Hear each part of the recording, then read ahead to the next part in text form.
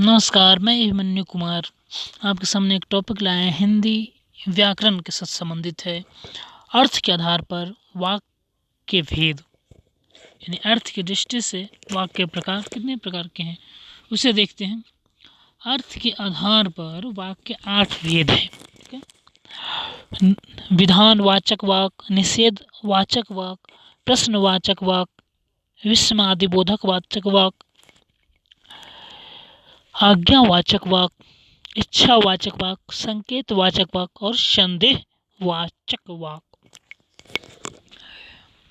तो इसमें देखते हैं विधानवाचक वाक्य किसे कहते हैं। विधानवाचक वाक्य वह वाक्य जिससे किसी प्रकार की जानकारी प्राप्त होती है वह विधानवाचक वाक्य कहलाती है। जैसे भारत एक देश है। श्री राम के पिता का नाम दशरथ था। दशरथ अयोध्या के राजा थे। तो इस प्रकार के वाक्य विधानवाचक वाक्य के अंतर्गत आएंगे। वह वाक्य जिससे किसी प्रकार की जानकारी प्राप्त होती है। ठीक है। अब दूसरा पॉइंट देखते हैं, क्या है? निषेधवाचक वाक्य। जिस वाक्य से कार्य न होने का भाव प्रकट हो उसे निषेधवाचक वाक्य कहते हैं। जैसे मैंने दूध नहीं पिया, मैंने खाना नहीं खाया, राधा कुछ ना कर सकी, वह नहीं खेल रहा है। इस प्रकार के वाक्य को जिसमें कार्य न होने का बोध हो उसे निषेधवाचक वाक्य कहते हैं। तीसरा भेद देखते हैं, प्रश्नवाचक वाक्य। प्रश्नवाचक वाक्य वह वाक्य जिसके द्वारा किसी प्रकार प्रश्न किया जाता है वह प्रश्नवाचक वाक्य कहलाता है। जैसे भारत क्या है, श्री राम के पिता कौन थे, दशरथ कहाँ के राजा थे। यानी वैसे वाक्य जिसके द्वारा किसी प्रकार का प्रश्न किया जाए वह प्रश्नवाचक वाक्य कहलाता है। ठीक है। तीसरा भेद देखते हैं, विस्मयादि बोधक वाक्य। विस्मयादिवाचक वाक्य या भी विस्मयादि बोधक भी कहते हैं। तो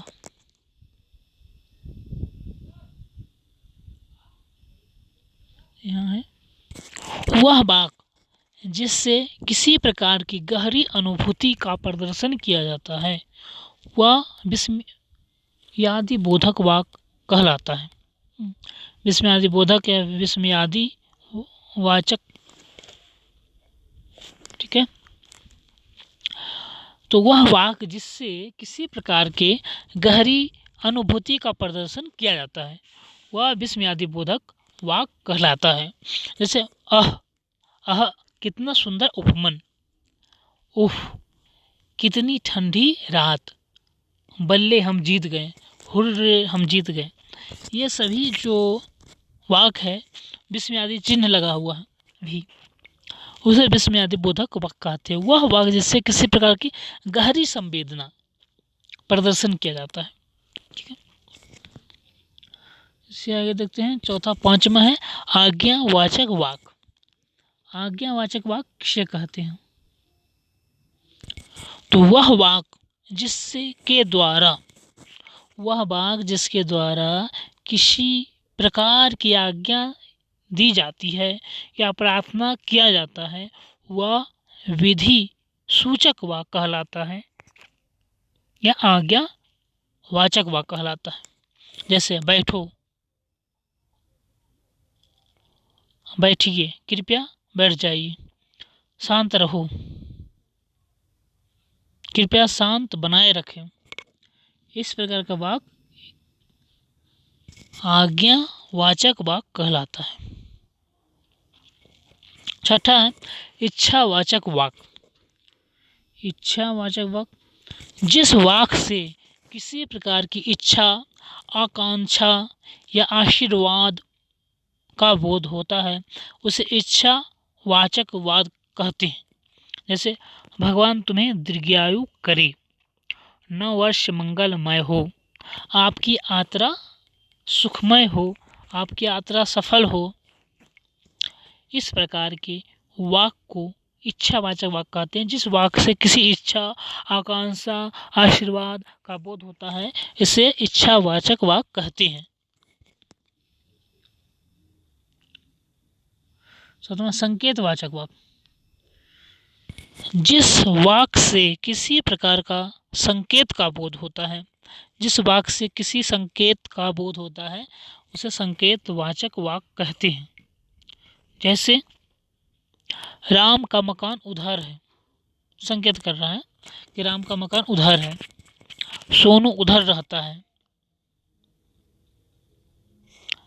तो इस तरह के वाक्य जिससे किसी संकेत बोध होता है, संकेत का बोध होता है, उसे संकेतवाचक वाक्य कहते हैं। इसके आगे देखिए संदेहवाचक वाक्य, आखिरी है संदेहवाचक वाक्य। जिस वाक्य में संदेह का बोध होता है उसे संदेहवाचक वाक्य कहते हैं। उदाहरण, क्या वह यहाँ आ गया, क्या वह यहाँ आ गया। इसे एक संदेह हो रहा है, क्या आया या नहीं आया, इसे स्पष्ट नहीं हो रहा।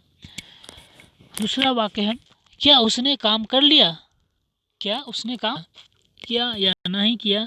इसका पूरी तरह स्पष्ट रूप से एक संकेत हो रहा है, क्या वह काम कर लिया। तो इस तरह के वाक्य, जिस वाक्य में संदेह का बोध हो उसे संदेहवाचक वाक्य कहते हैं। ठीक है, तो हम देखें इसमें अर्थ के आधार पर वाक्य के भेद 8 भेद हैं।